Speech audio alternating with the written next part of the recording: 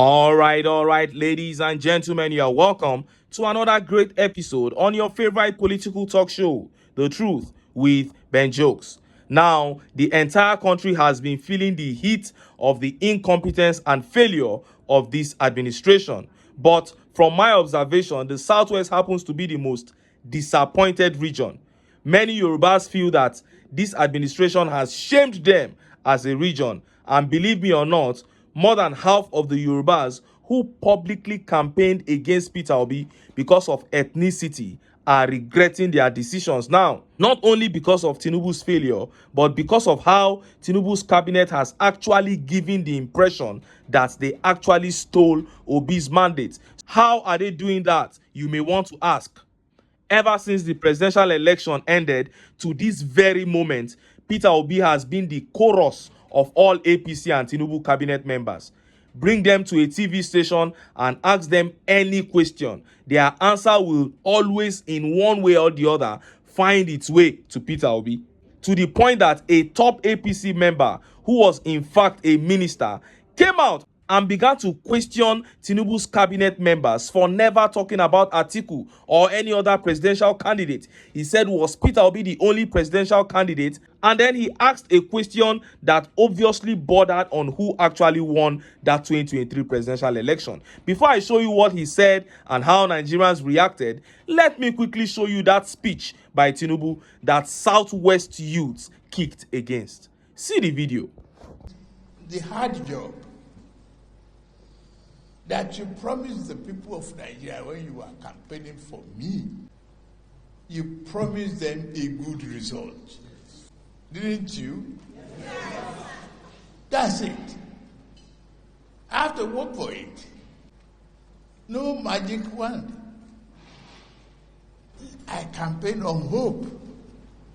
I have to rest on that hope and push for that hope, for the joy of every one of us. The economy is looking good. Don't worry about that. Don't worry about that. Yes, we know we have the challenge of inflation. It's okay. We will bring it down. You heard him. First of all, the speech was uninspiring to me. I don't know about you, but look at how Yoruba youths reacted to him saying that the economy was looking better. Look at some of the tweet reactions. And this tweet here by Titi Layo Ogunmeru says, "Thank goodness it is only APC hypocrite and hangers on you are fooling.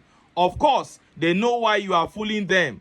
Otherwise, how can anyone tell Nigerians that these harsh and difficult times is good, contrary to the reality on ground?" It beats my imagination, my brother.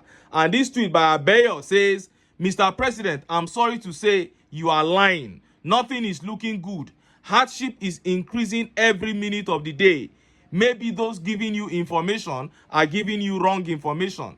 Nothing is looking good. Nigeria is bleeding." And this tweet by Adebayo Omo Balogun says, 8 years of Buhari, official market, dollar was 464 naira and black market was 762 naira with the gap of 298. What is the naira rate today? Before you fall for all these bulabu blue, the country is deteriorating on a jet speed. If you don't stand for what is right, it will all turn to dust. And this tweet by Temidayo says, "Because they know Nigerians don't act and can't have one voice, we are selfish and only care about ourselves. That is why he can stand and tell us something like this." And this tweet by Mr. Olu says, "Baba, this particular crowd will clap for 4 years. Those who won't care are those not privileged to be in that room." Meaning the less privileged will probably stone you if they see you. And this tweet by Tunde Rabiu Musa says, "Shikena, everybody go and sleep. Tinubu has scored himself for the exam he wrote. You are the ones scoring yourself now, not Nigerians." And this tweet by Olawale Bankole says, "The Clappers Party Association. What do you expect? The man is an orator. Even the blind and the dead know that no show for him." I don't even see any oratory here. All I see are a bunch of hypocrites who have gathered to cheer and get paid. So whatever he says goes. Now, let us look at what former APC minister Solomon Dalong said to Bayo Ononuga, Daniel Buala, Reno Mokri, and all those other Tinubu spokespersons about their attacks on Peter Obi. And it was actually Ruben Abati who shared it on his X page, and it was captioned, "Why is Bayo Ononuga, Reno Mokri, Daniel Buala only attacking Peter Obi? Was he the only one who challenged Tinubu in the 2023 elections?" Solomon Dalong asks. Former sports minister Solomon Dalong has taken to his X page to query Bayo Ononuga, Reno Mokri, Daniel Buala, and Bashir Ahmad for always launching attacks against the 2023 presidential candidate of the Labour Party, Peter Obi. In a post, Dalong asked if Peter Obi was the only one who challenged Tinubu in the 2023 elections. He queried if there was something that they were trying to cover up with the frequent attacks. He wrote, "I have been praying to God to reveal to me why Ononuga, Reno Mokri, Buala Daniel, Bashir Ahmad only chose to attack Peter Obi. Was he the only person who challenged official bat in the 2023 elections? Or is there something they are trying to cover up? Something is amiss."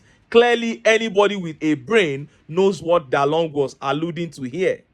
You cannot pick on a candidate that you say came third, and that is the person you are always talking about. This is clear for everybody to see, and this is one of the reasons why many people who publicly campaigned against Obi because of ethnicity are now regretting it, because they have now seen that Nigerians actually bought into the Obi project and he actually got the most votes. And seeing what the country has become under this administration, their conscience can't they prick them. That your country people actually wanted to turn around this country, but you guys stood against it. Because I keep saying it, it was those campaigns, those people that went around speaking for the APC on social media and everywhere, it was on their strength that the APC and Tinubu rode to do everything that they did with INEC and the judiciary. If they knew that Nigerians had one voice, they wouldn't have had the temerity to try it. Now, let us look at how Nigerians reacted to that question that former minister Solomon Dalong asked Bayo Ononuga, Reno Mokri, Bashir Ahmed, and other spokesperson of the presidency. Let's take a few tweet reactions. And this tweet here says, "They all knew His Excellency Peter Obi was the winner of that election. The entire world knows that His Excellency Peter Obi won with landslide margin, but he was rigged via Mahmood and INEC." That is it. And Olusegun here says, "They are a funny bunch. What I like about it is that the man who is the subject of their vitriolic and unwarranted attacks has totally ignored them. For me, that is supreme maturity. What's more, they are stupidly giving him more popularity." That is it. And Christopher here says, "Thieves always know whose property they stole." And this tweet by Temitope Adebajo says, "Their coalition cannot stop the revolution coming." That is it. That is the spirit. If you observe, over 90% of the tweets I brought into this video are tweets of people from Southwest Nigeria. And that was, or should I say, that is intentional, because we have to continue to point out, we have to continue to accentuate the fact that bad governance affects us all. We are going to also launch an Arewa group much later in the year, because that has to be well planned, because this country needs to be fixed. All hands have to be on deck. The old lies that have been told to Nigerians by these politicians need to be washed away from the minds of the young people of this country. I was speaking to a group of men yesterday, and I asked one of them, I said, "Imagine if you get kidnapped." And he answered me, he said, if he gets kidnapped, that will be the end of his life. He said because his whole family put together cannot raise a ransom of 1 million naira. Yet, kidnap is not far from this man. Kidnap is not an impossibility for him, because so many people in this our community here have been kidnapped. Last year, we had over 10 cases of kidnap in our community here. And here is a man saying that if that happens to him, that will be the end of his life. We need to have a country that we can be proud of. We need to have a country that we can feel safe in, a country that we can live, work, thrive, and prosper in. And that can never happen if the APC is at the helm of affairs. And that is what I keep saying.